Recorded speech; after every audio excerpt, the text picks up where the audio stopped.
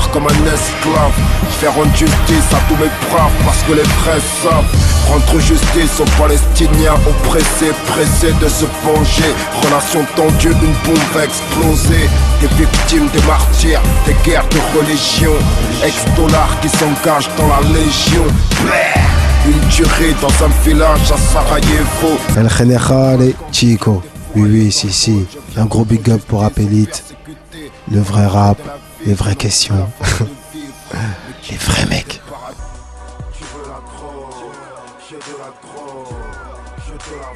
Parce que untouchable, ça veut dire intouchable. Intouchable, ça veut dire intouchable, quoi. C'est genre, tu peux faire ce que tu veux, tu vois. C'est moi qui déciderai. Tu disais précédemment, tu contrôles ta musique, en fait. Ouais, c'est moi qui déciderai quand je vais arrêter la musique. Moi, t'as vu, je suis un mec du ghetto. Quand je sors, je vois des frères, ils me disent alors, tu sors quand le prochain, frère? Lâche pas, frère. Nous, on a besoin de te. Tu vois? Quand je vois ça, je me dis, ouais, je dis quoi? Mais je peux pas m'arrêter. C'est mort. Et puis même en vrai, quelque part, ils auraient dû boycotter un autre que mes frères, pas moi. On est des mecs du 9-3, t'as vu, ça nous fait rien, ça nous endurcit, ça nous donne encore plus envie, tu vois. On est des têtus, ça veut dire maintenant comment ils vont faire. Je vais encore sortir des disques, je m'en bats les couilles. Alors comment on fait maintenant? Comment on fait? C'est fini. C'est fini, frère. Comment ils vont faire? Là, je vois même plus. Maintenant, le paroxysme du boycott a été fait. Comment ils vont faire maintenant? Je m'en bats les couilles, je leur fais la guerre. Comment on va faire maintenant? C'est plus possible. C'est ça, frère. Ils avaient pas vu que moi, j'étais une passerelle. Entre le vrai ghetto, pas le faux. Le vrai ghetto et eux. Tant pis pour eux, frère. Tété, ça veut dire quoi? Tu te considères plus comme cette passerelle-là? Non, c'est fini. Et quand tu dis passerelle, c'est-à-dire? Une passerelle culturelle. Comme à l'époque des années 90. Où il y avait une grosse passerelle culturelle entre les mecs de cité, hein, et ceux qui vivaient des quartiers chics. Tu vois, le hip-hop, avant, il y avait des bourgeois, il y avait des mecs de cité. Il y avait une passerelle. C'était la culture qui a permis de faire cette passerelle. Tu comprends? À l'époque, je te donne un exemple simple. Moi, je connais bien Saïd Takmaoui, je connais bien Rockin' Squat. C'est des mecs qui traînaient ensemble, tu vois. Tu vois, c'était un groupuscule, tu vois, ils étaient tous assassins dans leur... Tu vois, et genre, le mec qui les suivait, qui filmait, c'était Mathieu Kassovitz. Tous ensemble. De là est née la haine. Tu comprends pas? Eh ben, moi, c'est à des choses comme ça que j'aspire. Quand je fais mon livre, j'ai sorti un titre qui s'appelle Les chiffres et des litres. C'est ça. Le livre de Rachid C'est Santaki. le livre de Rachid Santaki. C'est un mec de Saint-Denis, tu vois, c'est un mec d'ici, c'est un mec de chez nous, frère. Il a fait son livre. Le premier, c'était Les gens s'habillent en Kaira, et la petite maison dans la prairie, là où tu vois, le premier d'avant. Et là, il a sorti son nouveau livre. Et moi, je fais la BO de son livre. J'ai fait le morceau inspiré du livre qui s'appelle Les chiffres et des litres. Acte violent qui frôle l'homicide. Au volant du Polizaref, le sauce à hep, c'est solide. Malgré le mental dépôt, c'est l'histoire d'une flèche montante qui fut trahie par les faux. La douleur se me surpasse, c'est cicatrice. Je vous parle de trafic de drogue, d'un monde plein de vices. Des chiffres et des lettres, des données, des youvoirs. La voix du gain aurait la soif de pouvoir. On a travaillé ensemble. C'est une démarche culturelle d'allier le rap à la littérature. Et on a fait participer un réalisateur de cinéma français qui a fait un film qui s'appelle Légitime Défense, qui fait l'image de ce morceau-là. Tu comprends? C'est des trucs culturels. C'est des trucs comme dans les années 90. C'est ce genre de truc-là que moi j'aspire. Ouais, tu l'es encore, justement, si tu as fait ça, tu as encore cette passerelle-là que... Oui, mais là, c'est hors système. Lui, il est là, il fait ses livres en indépendant. Il fait sa street promo, street marketing, comme si c'était du Peura. Tu vois? Comme à l'époque des années 90, ils faisaient leur truc hors système et c'est devenu dans le système sans le faire exprès. Je m'en fous, tu vois.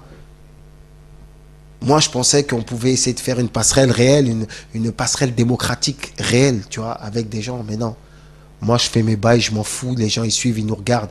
Il y a le peuple, moi, c'est le peuple qui compte. Il y a le peuple, il est là, il valide, il suit, il fait ses trucs, et c'est ça qui compte. Puis voilà, c'est tout.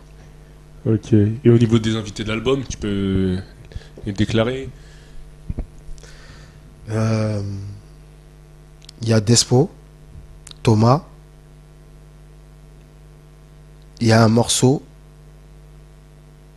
un peu alors, comme à l'ancienne, un peu rap hardcore avec pas mal de monde.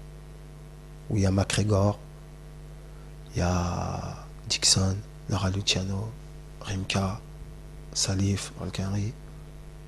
Morceau All Star. Ouais. Mhm. Ok, d'accord. Et c'est quoi tes objectifs? Et Amel Bent. Et Amel Bent aussi. Et c'est quoi les objectifs de ce disque-là? Objectif de pas. Je sais quoi, Tu t'en es pas encore fixé? mon objectif c'est Pas pas perdre d'argent. d'argent et gagner un peu de sous. Et de faire partager ma musique, tu vois, au maximum. Travailler au mieux mon scud. Tu vois, me progresser dans le travail maintenant. Progresser dans le travail de communication de mes CD. Tu vois, parce que je suis un entrepreneur rappeur. Voilà. Donc c'est mon but, c'est de progresser dans la communication, d'aller en concert, de clipper un maximum de sons, tu vois. Hein, tu vois, faire vivre l'album au maximum, faire un peu de love et chut, la suite. Ouais. Je suis en train de me prendre la tête dessus. Normalement, je fais un petit concert quand même. Je vais faire un petit concert avant l'été sur Paris pour pouvoir tourner après cet hiver. Mais je vous dirai plus de détails. Mais l'album, Après. il est de quelle couleur? Sombre, jovial? Ah non, l'album il est très sombre. Il est orchestré en majeure partie par Joel Balafré et Cannibal Smith. Et il y a. Et c'est du son, frère. C'est comme si c'était au niveau des producteurs musicaux, ils se sont clashés dans le sombre pour mon album. Quand je faisais un morceau avec Cannibal Smith et que Joel Balafré l'entendait, ah ouais, je me ramenais à. Après Cannibal Smith, il entendait le son de. Ah, c'était que ça. C'était le fight des deux producteurs sur la. Ils verront quand l'album sortira. C'est trop, frère. Un gros big up pour Appelite pour cette série d'épisodes.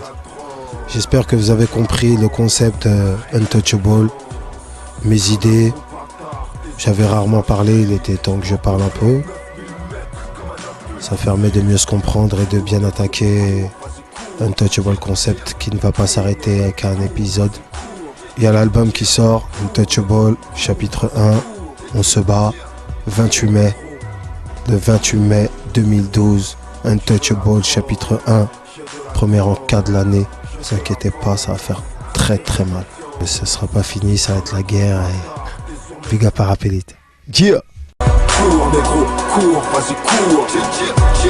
Cours négro, cours, vas-y cours. Cours négro, cours, vas-y cours. Cours négro,